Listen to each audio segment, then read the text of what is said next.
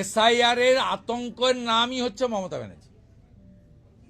প্রথম দিন থেকে কন্টিনিউয়াস ভয় দেখানো, আতঙ্ক তৈরি এবং সমস্ত লোকের নামের বানান ভুল, পদবীর বানান ভুল মুখ্যমন্ত্রীর নির্দেশে করেছে। তো মমতা বন্দ্যোপাধ্যায় নিয়ে যাবে না, তুই শিশির অধিকারী নিয়ে যাবে? তুই নিয়ে যায়নি কেন এতদিন? কেনা বলেছিল আতঙ্কের নাম মমতা বন্দ্যোপাধ্যায়? মমতা বন্দ্যোপাধ্যায় এসআইআর করেছেন।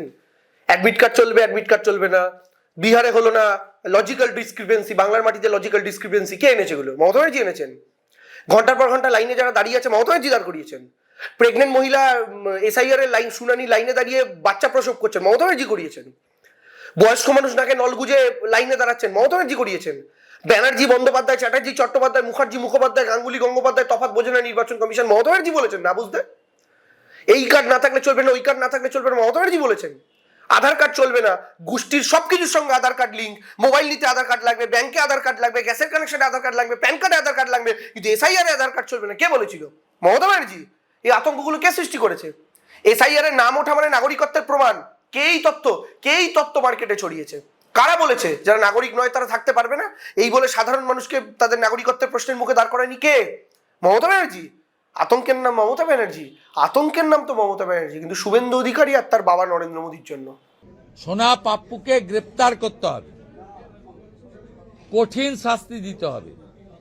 এরা সমস্ত প্রমোটিং, পুকুর বোঝানো, জলাশয় বোঝানো, এলাকার অটো স্ট্যান্ড থেকে মাছ সবজির বাজার, হকারদের স্টল থেকে শুরু করে সমস্ত সিন্ডিকেট এবং নিয়ন্ত্রণ করছে।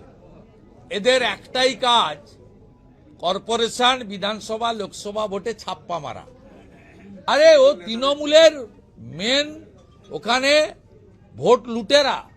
কোন বিজেপিকে কোথাও মিটিং মিছিল করতে দেয় না, বিজেপি কর্মীদের এজেন্ট বসতে দেয় না, একদম শাহজাহান স্টাইলে করে। নোটোরিয়াস ক্রিমিনাল এবং মিনিমাম কয়েকশো কোটি টাকার মালিক।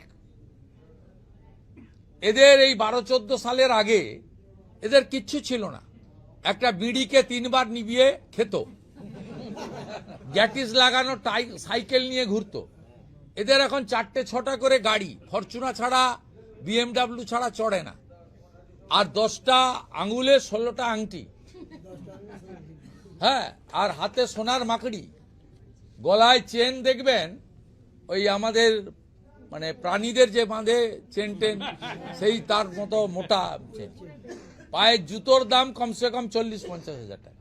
আপনি যা বেতন পান তার থেকে বেশি ওর জামা কাপড়ের দাম। যত দামি মোবাইল ফোন হাতে, আর তো বাকিটা ছেড়ে দেন। তৃণমূলের আমলে তো শুভেন্দুর মতো একটা চোর চাচরেরও বারবারন্ত হয়েছে। তৃণমূলের আমলে তো শুভেন্দুর মতো একটা রেজিস্টার চোরেরও বারবারন্ত হয়েছে। কি করা যাবে বলুন? এটা আমাদের দুর্ভাগ্য যে আমাদের আমলে শুভেন্দুর মতো একটা চোরের বারবারন্ত হয়েছে। কি করা যাবে? কিন্তু বিষয়টা হচ্ছে যে 5টা আঙুলে 5টা আংটি এসবের কথা বলছেন না, আমি শুভেন্দুবাবুকে বলতে চাই যে আগে একটা বিড়ি 3 বার টানতো, এখন এই চড়ে ওই চড়ে, এসব যে গল্প বলছেন, শুভেন্দুবাবুর এটা অন্তত বলা উচিত না। উনি যাকে নিজের রাজনৈতিক বাবা বলে পরিচয় দেন না, আমি মোদির বাচ্চা বলে, সেই মোদির বাচ্চাকে প্রশ্ন করতে চাই যে তার বাবা নরেন্দ্র মোদী তো একসময় চা বিক্রি করতো, এখন 10 লাখ টাকা শুট পড়ে কেন? তার বাবা নরেন্দ্র মোদী তো একসময় চা বিক্রি করতো, এখন এমন শুট পড়ে কেন যাতে সোনা দিয়ে মোদি মোদি লেখা? তার বাবা নরেন্দ্র মোদী তো একসময় চা বিক্রি করতো, এখন 1.5 লাখ টাকার পেন ইউজ করে কেন? তার বাবা নরেন্দ্র মোদী যে চা বিক্রি করতো, তার চশমার দামটা কত? তার বাবা নরেন্দ্র মোদীর জুতোর দামটা কত? একটু আরটিআই করবো, পাবলিক একটু আরটিআই করে জানতে চাইবে। আর বাকি রইল পরের কথা, যে 5টা আঙুলে 5টা আংটি, এত টাকা পয়সা। আমি শুভেন্দু অধিকারীকে জিজ্ঞেস করতে চাই, তারা তো পয়সা এলো কোথা থেকে? নন্দীগ্রাম বিধানসভায় কদিন আগে কি বলেছেন? সবাই বাড়িতে ধ্বজ লাগাও, সবার বাড়িতে সিসিটিভি বসাও, কলকাতা থেকে দামি সিসিটিভি আনো, সব বাড়িতে শঙ্খ বিতরণ করো, একটা গোটা। এবং তারপরের লাইনটা উনি আরো ভয়ঙ্কর বলেছেন, যা টাকা লাগে আমি দেব। দয়া করে ক্লিপটা আপনারা অ্যাড করে দেবেন। এই শুভেন্দু অধিকারী বলছেন একটা গোটা বিধানসভার সব বাড়িতে সিসিটিভি, সব বাড়িতে প্রত্যেকটা ইন্ডিভিজুয়ালকে শঙ্খ, প্রত্যেকটা বাড়িতে ধ্বজ, একটা গোটা বিধানসভা। এগুলো করার জন্য উনি বলছেন যা টাকা লাগে উনি দেবেন। উনি পাবেন কোথা থেকে? এই তো বলছি, তৃণমূল আমলে তৈরি হওয়া সবচেয়ে বড় রেজিস্টার চোরটার নামই তো শুভেন্দু অধিকারী। বারবারন্ত তো অবশ্যই হয়েছে। আর বাকি রইল 2-1টা পাড়ার ফ্রিঞ্জ এলিমেন্টের কথা, এটা সব জায়গাতে থাকে। বিজেপির সঙ্গে তো সবচেয়ে বড় ফ্রিঞ্জ এলিমেন্ট গুন্ডা ঘুরে বেড়াচ্ছে অর্জুন সিং। তৃণমূলে টিকিট না পেলে বিজেপিতে যায়, বিজেপিতে টিকিট না পেলে তৃণমূলে যায়। আর বিজেপি জিপ বার করে নিয়েও নেয়। 2019-এ তৃণমূল টিকিট দিল না, চলে গেল বিজেপিতে, বিজেপি টিকিট দিয়ে দিল, বিজেপির লোকের এত অভাব। তারপরে আবার 2 বছর পর তৃণমূলে চলে এলো, 3 বছর পর 2022-এ আবার অপেক্ষা আশা করলো তৃণমূল টিকিট দিল, আবার তৃণমূল টিকিট দিল না, আবার বিজেপিতে গেল, আবার বিজেপি টিকিট দিল। তো এইরকম ফ্রিঞ্জ এলিমেন্টের মাথা, বোমগুলির মাথা, চোরচাচোরদের মাথা, বালি চুরি নিয়ে অভিযোগ করতো বিজেপি সৌমিত্র খাঁ, বিজেপির এমপি আজকে, হ্যাঁ, গালাগাল করতো বিজেপির নেতারা লোকালি, যখন তৃণমূলের ছোটখাটো নেতা ছিল। নিশীথ প্রামাণিক কেন্দ্রের মন্ত্রী হয়েছে, তো কি বলবে এরা?